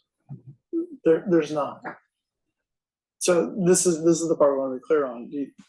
We're asking you to help us on the policy side about figuring out where we should be focused. The dollars are, the sustainability budget, if you will, is based on the direction that we are getting, right? So, and then we're trying to figure out what we can implement. So the 1.4 million is the sustainability sort of budget, if you will, moving forward, along with the 720 is money in, money out, if you will. Okay. I think it's depending on, but we have to budget for that amount in order to be able to spend it. Even if the revenue is matching, we still have to budget for it. So So I guess I'm thinking about the climate action plan has these different action items and budget dollars associated with them. And it seemed like that was our charge to prioritize the use of those different budget items and the cost related to them. And now I think you're saying that's really not so. Well, no, so let's separate things out a little bit. The policy side of deciding what we should do first is one part of it. Those dollars in there were very, very, very rough magnitude of dollars. And part of that, it was high level. So when we get down to actually, what are we gonna do? We're looking for some help on guiding where we go, but then the actual spending of the dollars and what it makes sense and how we're gonna cost it out, that falls on. So there's no long-range business plan, it's just a 2-year plan. And that the other elements of the climate action plan will be discussed in the future, I guess, as they're prioritized and budget requests are made. We only budget 2 years ahead because that's Okay. all we can do. Okay. The only thing we do longer than that is our capital improvement plan, and we look at a 6-year window. It's a rolling Okay. 6-year window. But that's as far in the future as we can budget is 2 years. I mean, so that might answer your question, Paul. What about all the other climate action plan aspects and the funding for that? It's not budgeted yet. Well, it's not gonna be budget. I mean, that's what I wanted to clarify. It seems like that's not even available for the commission, even if we said we think this action item and the money associated with it is a priority. It seems like that's not gonna be possible until after 2026, if that. I think that's what I'm doing. And that's part of the normal planning cycle. That's what we do internally as well. I mean, this is government, right? We only can plan for and budget for the dollars that we can, Okay. that we I do know are 30-year long range Yeah. business plans, it's Yeah. different. Yeah. I'm not even faulting that. I'm just saying, I thought part of our charge as a commission was to look at the climate action plan, look at the dollars associated with what drives sustainability per the city council, and we were supposed to be the ones kind of focusing to say, in this next 2-year time frame, we recommend that these items be done. And Well, and again, recommending that items get done versus recommending how much dollars go into those items are they're related but not the same, right? So part of this is, yes, we're asking the commission to help us identify where we need to go. But there's always has to be a conversation about whether or not there's actually money available. but respectfully, I think you just said there's not money available. I think that's what you just said for 25 and 26 for anything additionally, and that's what I think you just said. Right. Well, but first out of the gate, I mean, 1.4 million is a substantial investment in climate action. Again, for the things that the city has control over, that is a substantial investment. I also just want, part of this is timing, because we already had the direction from the council to specifically go through on the municipal fleet electrification before this group was, right? So we're carrying out, again, council priorities there, right? Yeah. The other thing is the external, the home and residential, like that's the East Side Climate Partnership and the Energized East, Spanish East Side, which you all did weigh in on, right? And tell us that we should join that effort and be a part of that. So, again, the sustainable Sammamish guide, right? The dashboard, those are all things that you are going to be a part of. The additional things that we talked about in terms of, when we can finally get to the point of updating the UFMP, which we're kind of waiting on the state to make some major reg changes. Well, perhaps if we're gonna have an off-site workshop at the end of the year, then we could take a look at what are all the other pieces of this and how do we make a recommendation on priorities, right? Sure, and you could do it as part of a commission meeting. I think that's a very reasonable thing to do as part of a commission meeting, especially as you lead into the next year. I think that's what these are for in all reality. I will tell you that other commissions don't do offsite retreats. We just felt like we have a very firm agenda and we don't have an opportunity to do a lot of like brainstorming and idea sharing and prioritization. So we had made a suggestion, maybe like the city council has an offsite meeting where they talk about strategic planning, maybe this commission needed to do something similar. Yeah, and respectfully, City of Issaquah did do the sustainability group did meet offsite. I was at the city council meeting and we said they did. Sure, and other communities do things differently than we do. We're not all the same. I'm more letting you know that other commissions don't do offsite retreats, other boards and commissions, planning, arts, human services, they meet here just like we all do, and the council's retreat was in the room right there. I didn't mean we go somewhere No, exotic, it's like I maybe we know. meet here at City Hall, but we just I have know, like a but 3-hour we- meeting. Well, Yeah. and Scott, I think the big thing for us has always been, the climate action plan is a very complex challenge. And there's a lot of different ways that you can approach those things. And we all come from, very diverse, deep backgrounds. Mhm. And trying to understand, what is the best thing to recommend to the city council for some of these things. I mean, I forget, was it 3 meetings ago when we were sitting in that other room on the side? Sid Gupta was sitting in there. And so we were asking a lot of these full life cycle type questions. We were asking a lot of the what about this or that? And after the meeting, he came up and thanked me and said, hey, you're asking a lot of the questions that we all kind of are thinking. Mhm. And so so I think he's and some of the other council members are expecting us to be thinking through and asking some of these tougher questions, because that climate action plan was built without our input. And so we're still trying to, kind of go through the weeds and in our individual backgrounds and capacities to try to understand. Again, it's a very complex, deep challenge, not only for every city. So as we're being asked to, hey, you're being directed based on what the city council has said we're doing, that was built out with the work that, and only Steve was on that group that helped put that climate action plan together with that consulting company.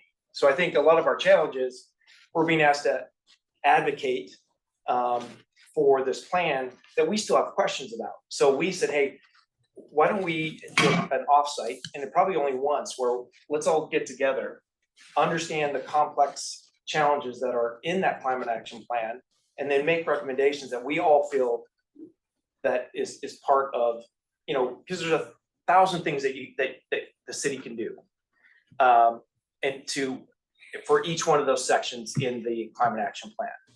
And some of them are gonna have little impacts, some are gonna have more impacts, some are gonna cost more. But we feel that we haven't had a chance to throw it on the board and get input from that diverse background that you guys have brought into the room, that say, hey, here's why I think this should be number one. And next year or 2 years from now, when the city council is putting their plan together and directing the city and their funds, that's where we want to have some of that input of, you're saying, well, your job is to evangelize because the plan's already been built, but that was built without our input. And we believe that we were brought in to help guide that the city council around climate action plan and sustainability. Yes, and when you say guide the city council, it is about implementing the climate action plan. So yes, we do need your thought experience about how to take those components and actually work with them. 100%. Again, I'm going to say I understand the need to do an offsite or whatever it is that you want to do, but I would actually say that what you're describing is doing planning for the next year, right? That's just a planning exercise. I would say that the commission meeting is actually the right place for that, because whether you do it on a different day or whether you do it this day, it still has to be done over so that anyone can attend and watch it. And so really the question is, what would be different? It'd be longer and it'd just be more. So block out a longer, and just know that you're gonna come in and sit longer. You could start earlier and stay later. I mean, I'm not, Yeah. I'm just, what I'm sharing out is that in no small part, you're also talking about staff time that goes with it. Yeah. And so I'm asking, because what I'm hearing you say is what I would expect the commission to do as part of your regular work to help us get to that next piece about taking the plan breaking it down into component parts and then saying, what makes sense? How do we take some of these pieces that weren't fleshed out, recognizing that you weren't part of building the broad plan, but now you're part of taking what's there and building the component parts. I will say that the plan will never be static, right? As we learn more, yeah, we want to do that, but updating the plan is a big process. So we're not going to be changing the plan necessarily in the near term unless something dramatically changes. What this commission's task is to implement the plan, help us implement the plan, help us prioritize and sort out and guide so that then we can say, all right, if this group goes through it, you do your thought exercise, you're like, okay, here's how we think the priorities are. Then we have to throw the reality of staff availability, dollars, council direction on top of that to then get to that end point of what are we going to do next moving forward. In the meantime, it's all the rest of helping people come along for the ride as you prioritize those components. Rachel's right. We were given prior direction to do the fleet electrification, but is the lowest hanging fruit there is. We would be remiss to not take that opportunity to move forward on that. Does it use the dollars that are available? And then some, yeah, for sure. So how do we then take and move forward with the rest of those pieces that don't necessarily cost a lot, but have potentially real value in return? And I just want to add, if 88% of our emissions are coming from the residences, what we can actually do with our money is, if we're talking about impact, is relatively small. Yeah. If we are truly talking about making an impact on those GHG reductions, it's got to be done in the homes in Sammamish. And we don't have the stick. I know many of you thought we did when you came into this process, right? And I get that. But so the impact is going to be getting your neighbors to change their behavior. It's not going to be spending the city's dollars. Can I make a suggestion? That there is a lot of words in the climate action plan about how to implement, what to do. I mean, there's a section up front that says, okay, we gotta cut down on our emissions, and here's where they're coming from, and these are kind of general. And then in the back, we have lots of these tables that talk about how to do this. When I was on that climate action plan, it was Brightworks was basically, they were doing the editing. They were taking input, and then we'd have a meeting, sometimes in this room, they would take input, and we'd go away for a month and come back, and they'd send us another version. We went through 7 versions of that document. You're seeing version 7 as the final one. And David Pyle loves to say this, because I've heard him say it more times than I can count. It's a living document. So why can't we, the upfront part is kind of, in my view, it's kind of cast in stone. That's what came down from the city council type of information. The back end is how you implement it. We can go through that and start, you can do it individually. Get out your red pen and you can start, we've all got a copy, and you can start changing things that you think ought to be changed. And we could come up with version 8 at some point. And with, knowing more today than a year ago, and when that document was released. And I think the implementation is really where the value is, Yeah. right? Because the plan itself was adopted by council. So again, changing the plan is a heavy, heavy lift, and there would have to be really good reason to do so. And that may happen next year, may happen 5 years from now. I'm sure that there will be a revision to the plan. But the implementation piece, again, is how do we take scarce resources and look at the biggest impact for the scarce resources? For those of you that didn't weren't involved in the fiscal sustainability work that we did last summer, we have a funding issue that we are gonna be facing in the next couple of years where expenditures are gonna outstrip revenues. And so council will have to make some choices. So when I say scarce resources, I literally mean scarce resources.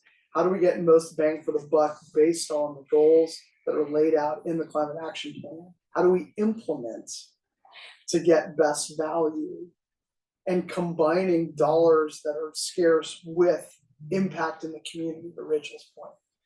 We need your help with that. That's where you all will be our, actually move the needle, because that's the piece. And the policy work of the commission, if you will, is going into that document and really helping us sort out and prioritize and say, this one, we've taken a look at it and we don't think we're gonna get as much return as this thing here. And so, yes, spending more than 2 hours going through and trying to sort out for the next year, thinking about that, I think that makes sense. I'm gonna trot on, you know, the Rose's work plan here, but I think, sure, extend your meeting out and plan to come in, and maybe you all can bring your own meals and just sit and do a working commission meeting. I think that's great.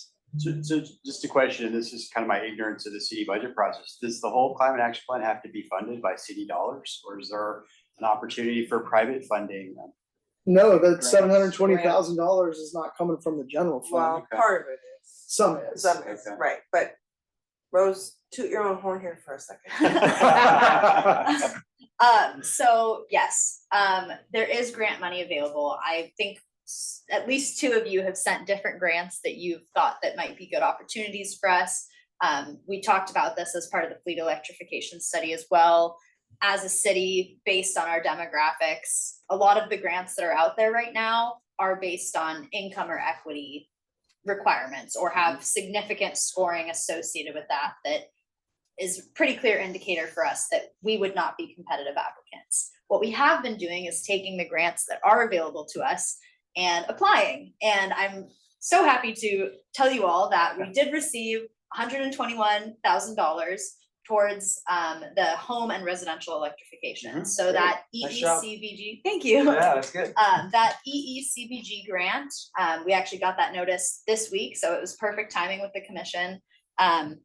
We were waiting on it, we heard back, and all of those funds are going to be towards low income heat pump installations in residential homes.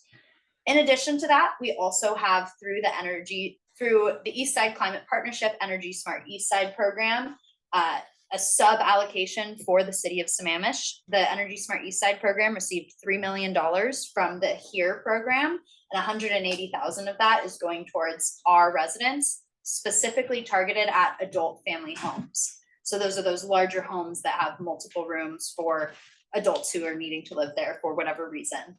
And so we're going to be targeting those specifically with these funds. We already have some leads on 8 homes in the city that we're going to be helping get heat pumps installed.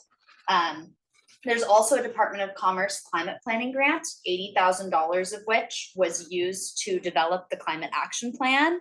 And that is a TBD because the CCA, the Climate Commitment Act funds, are currently on the ballot for November and may be repealed by voters. And that grant is fully dependent on the Climate Commitment Act Vote funding. no on initiative 2117. Yes. Yep, that's the Yeah. one. I will say, because we can only say in Which one's that? factual information is that Yep. sustainability funding in the state of Washington will disappear. Yeah. So From public sources. Climate From private commitment, industry. What's 2017? it's the repeal of the Climate Commitment Act. the funding of Yeah. the funding source for the climate. It's Commitment Act. Who it's put been- that up? some Is that the state clown budget? named Brian Hayward, and I'm kind of, You don't care. yeah.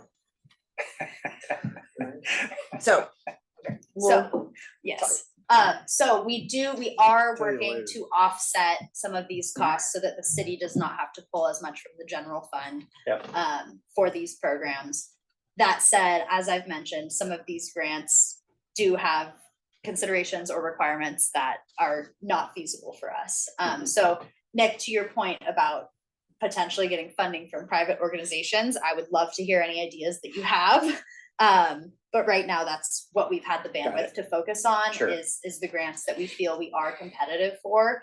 And we have a couple, which is great. So We got a median income of $230,000 on the plateau, and a lot of people in this community work for corporations that may assist communities with climate change issues. It's just something to explore. I don't have any particular ideas at the current time, but I'm gonna think about. Yeah. I appreciate that suggestion.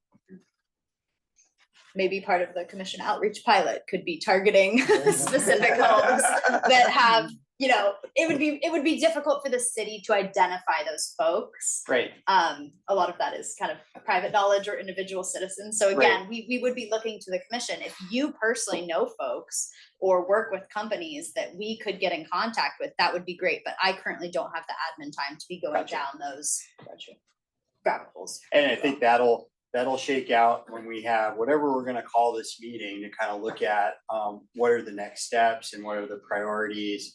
Is there a funding gap? And then do we have any solutions or ideas for maybe how to address that?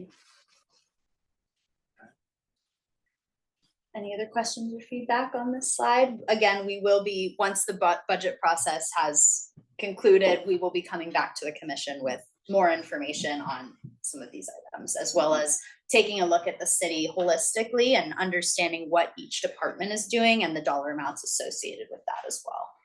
And I just wanna caveat that this is the preliminary, right? So you may see something a little bit different in October as we, you know, budgets are all about trying to figure out, you know, what we have enough of and what needs the most prioritization, so. And we have about 8 minutes left. Rose, what do we want to cover on the sustainability Sammamish guide? Was it just making sure that everybody saw that your latest version that's about to get sent to publish?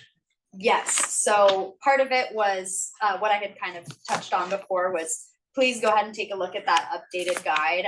We've included links, hyperlinks. There have been a couple minor changes that have been made for the design phase, and then when we have that back, we'll be bringing it forward, getting some feedback. My main questions are, one, if any of you have personal photos that might be related to any of the subtopics within the Sustainable Sammamish Guide. We do have some photos, but we would love the opportunity to highlight any commissioner photos if you have them. We are also going to be soliciting potential quotes from you all. I can either draft some quotes and you can put your stamp of approval on it, or if you have a specific personal story or just call to action for the community, we'd love to have that as well. If there isn't space to have those included in the actual guide itself, we'd love to use that as part of a social media campaign. So highlighting specific commissioners' feedback or different sections. Maybe that could look like an Instagram live with you talking about a specific section. That's some brainstorming we can do as part of the outreach. Or Facebook Live or something. So Something like that. photos, give us an example of what you think you're looking for. If you have beautiful scenery of Sammamish, or you have a photo of you working in your garden, or you throwing something away, or a compost bin in your backyard. Not weeding. Does it have to be? Not a compost bin, but like a compost, yeah. Can it be a photo of one of us like with an environmental setting, or does it have to be like a Sammamish location? We would take any and all photos, and then ultimately I'm working with Angie and the designer to figure out what fits and what looks good. I'd love to see photos of Steve plugging in his EV car and then walking over and turning on his heat pump, and then walking out and taking something out of his garden and then throwing it and composting it when he's done. Walking the Should talk. highlight Steve. Yep, that's right. I Like could, Steve does. Yeah. I could do all that. Yep. But I can't turn on the heat pump yet. Oh, I thought you already had one upstairs. Well, upstairs, yeah, you're right. And then also with the Sustainable Sammamish Guide, doing another plug for the August 7th Sustainable Sammamish Farmers Market. We do not meet in August as a commission. The city as a whole has a recess from city council and commission meetings. So I implore you all, in lieu of the Sustainability Commission meeting in August, we would love to have you join us for the August 7th Sustainable Sammamish Market. We'll be doing some outreach on the Energy Smart East Side program. We'll have some partners from one of our consulting firms through the East Side Climate Partnership, talking with residents about what they would like to see in terms of other home electrification in addition to heat pumps. And then it'll just be a great opportunity to network, really talk with the community, receive feedback, and start that process of changing hearts and minds. And that's from 4 to 7 p.m. 4 to 8, 4 to but you are 8. welcome to show up for as long as we're able. We'd love to have you there for the whole time, but we understand you have other commitments as well. So please stop by. Steve and I have had a great time. Earth Day was great as well. And we'll have materials. So you're not just going to be coming in expected to know everything or talk anything. You will have materials to refer I'm to. curious, what kind of questions and feedback did you get from Earth Day? Earth Day is a pretty kid-oriented event. So it was a lot of talking with families, you know, what kind of car do you drive? How do you get to school? It ended up being pretty transportation oriented. I also had a lot of materials for Metroflex community van there. So I would say the majority of the conversation was around waste and transportation, because those are often the most visible that people think of. And also what kids tend to be aware of. A lot of kids don't really understand the concept of energy as much, especially at some of the younger ages. So what could they do to save the planet? You know, things like that. Yeah. We got some really creative answers from the kids. We did. Yeah. It was great. Yeah. So, yeah, so with that guide, and then of course, I would love to, as we're continuing outreach on that, we're going to be mailing it out to every household to how to keep the community engaged and how to continue to encourage folks to utilize that guide as much as possible. So it'll be an ongoing conversation, but And then we also have another one on July 17th, farmer's market. the farmer's market, Yeah. yes, So are you still looking for commissioners to show up then as well? that would be wonderful. Okay. Yeah, so that's Just next wanted to week. plug that. I will be in Canada. We're also gonna be doing budget outreach that day at the farmer's market, so to Scott's point about how nobody ever engages on the budget, if you could help engage on the budget, that'd be great.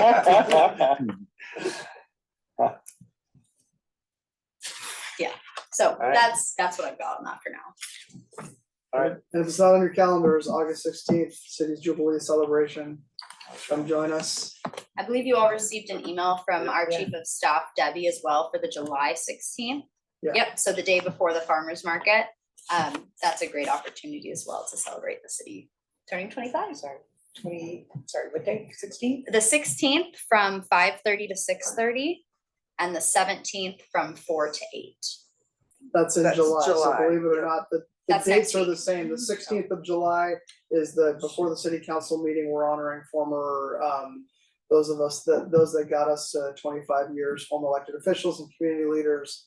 And then the photo contest the photo contest winners will be recognized as well. Then our big Jubilee event is August 16th out here on the plaza. It's a Friday. And we'll have the Sammamish Symphony is gonna be playing. We've got a couple other bands, we have food trucks. It's gonna be a lot of fun. We have, Rich has put together our video time capsule. Hopefully you all had a chance to contribute to that. So we're really looking forward to that. I think it's gonna be a really fun event. Nice.